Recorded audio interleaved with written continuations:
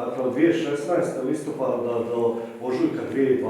prošle su 3,5 godine od kad ste saznali za zlostavljanje, prijavili ste ga policiji, niste ga umirovili kad je bio rok i vjerujte mi, nekoliko obitelji više nikad nije kročilo u crkvu u Sotinu, zato jer nije moglo gledati njega, a onda nisu mogli gledati vas, jer ste dolazili tamo u više navrata, pričešćivali ste, krstili ste, sve u prisustvu zlostavljača njihove djece. Dakle, nisu ga volili Župljani, oni koji su možda nisu znali o čemu je riječ, ali oni koji su znali su ga prezirali, zato su ga vas molili od 2016. da ga maknete i umirovite. Dakle, osim što je šteta velika nanesena, psihička, daljnja viktimizacija žrtava jer niste ga maknuli od tamo, djelomično ste i opustošili župu Sotin za koju ste odmah na početku rekli da je jako mala i ne znam da li se rasipa i tako dalje. Dakle, preuzimate li odgovornost za to? Moram preuzeti. U kojem smislu ćete preuzeti odgovornost? Hoćete se konačno ispričati žrtvama za sve što ste napravili unatoč ovom početnom govoru iz kojeg proispada da je sve ok s vaše strane bilo, jer nijednu riječ nisam čuo žaljenja u kontekstu vašeg djelovanja. Vi ste se možda izrazili žaljenje zbog patnje žrtava, ali ne zbog vašeg ponašanja. Mislite li pod A da ste pogriješili u jednom kontekstu i pod B hoćete li se ispričati žrtvama i pod C planirate li podnijeti ostavku? Prvo, volio bih, rekao sam to, stupiti u kontakt i ispričat ću se mami i kome treba, ne samo kome treba, koji su na neki način za one s kojima sam ja komunicirao, to ću vrlo rado učiniti. Dakle, i stvarno bih volio da, rekao sam da imam bolji kontakt s njima, međutim, oni su u takvoj, vidim, situaciji da u stvari moje javljanje ih sada iritira. Tu su vam kamere, ne trebate se njima direktno ispričavati ako imate uopće potrebu. Ne potiče na ništa, nego čisto ako sami intimno mislite da ste pogriješili, imate kamere pa se ispričajte i recite zbog čega točno.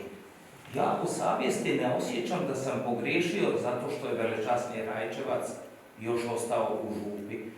Barem iz one situacije, prema onome koliko sam raspolagao informacijama tada. Znao sam za taj jedan slučaj, za drugo ja nisam znao i tada sam stvarno smatrao da je ok da ga mogu ostaviti tamo u župi.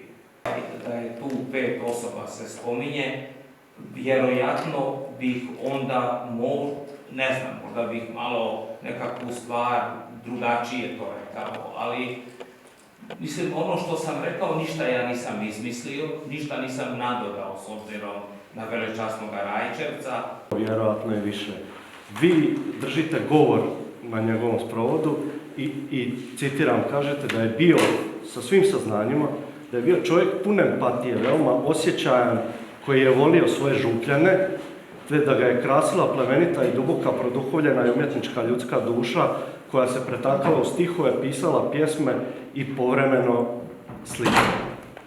Pa možete li komentirati to što ste izjavili na njegovom sprovodu? Pod A, zašto ste držali govor na sprovodu serijskog seksualnog zlostavljača i pod B, zašto ste ga ovako biranim riječima nahvalili? Ja sam biskup i ja trebam ići na sprovod svojih svećenika. I bio sam na sprovodu, što više na sprovode svećenika, idemo im, ako je moguće, i oba dvojica biskupa, i pomoćni biskup i ja. I sve da je pokojni župnik tada, kad je župnik umro, bio i osuđen za ono što mu se pripisuje. To mu dovodi u pitanje ono što je bilo poznato njegovim župljanima i nama svećenicima, da je doista velečasni Rajčevac.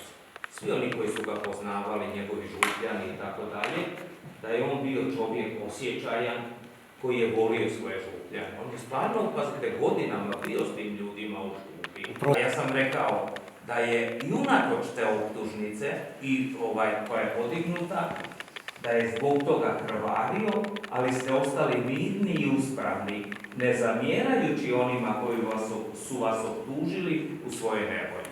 A nakon toga što je rekla da ne želi dodatno traumatizirati svoju kćer, dakle da ne dozvoljava da s njom razgovarate, vi ste pokušali do nje doći preko spomenutog gospodina Marina Solara, kojeg je spomenula i njezina majka i gospođa Solar kada su prvi put došle prijaviti, dakle da je i sam zlostavljan od strane svećenika Kurečića sa Kaptola.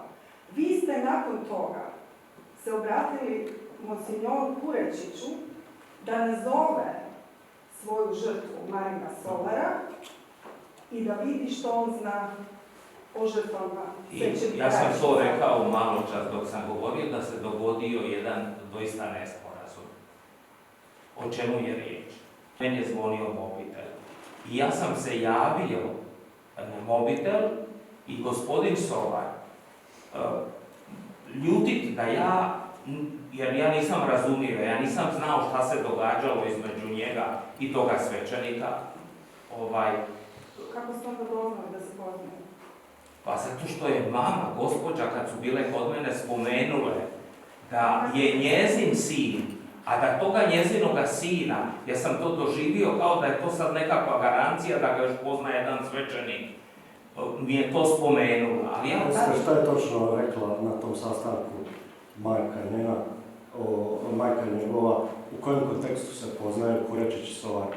Pa ona je rekla nešto da je, ne znam sad više ponoviti riječi, ali kao da je bio da ga je zlostavljao prije 10 godina. I ja sam njega nazvao ne očekujući i ne tražeći ništa od tog svećenika da komunicira s ovim.